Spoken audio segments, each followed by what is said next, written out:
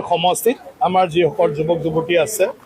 তেওঁলোকৰ কাৰণে এডিআৰই পৰীক্ষাৰ বাবে মই এটা ফ্ৰী কোচিং দিয়াৰ ব্যৱস্থা কৰিছোঁ গৰম বন্ধ কাৰণ বহুত ল'ৰা ছোৱালী আছে আমাক মানে ৰুম লাগে হল লাগে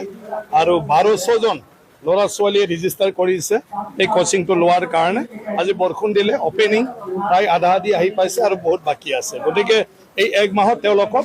মানে এডিআৰই পৰীক্ষা কেনেকুৱা হয়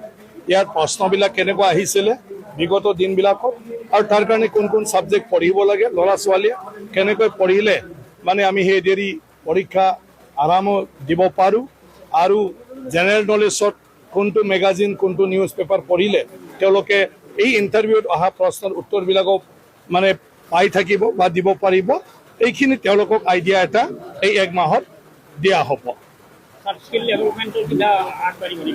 মানে স্কিল ডেভেলপমেণ্টৰ আমি তেনেকুৱা ধৰণৰ চিন্তাটো অলৰেডি কৰা হৈছে বাজেটৰ পিছত আমাৰ বিভিন্ন প্ৰগ্ৰামৰ মাধ্যমেদি তেনেকুৱা ধৰণৰ আমি স্কিলৰ কাৰণেও ব্যৱস্থা ল'ম মানে শিক্ষাৰ ক্ষেত্ৰত আৰু অকল মানে হাতুৰি মানে কি কয় আপোনাৰ হাতুৰি স্ক্ৰুড্ৰাইভাৰ অকল ইটোই নহয় মেকানিকেল কামেই নহয় স্কিলত আমি মানে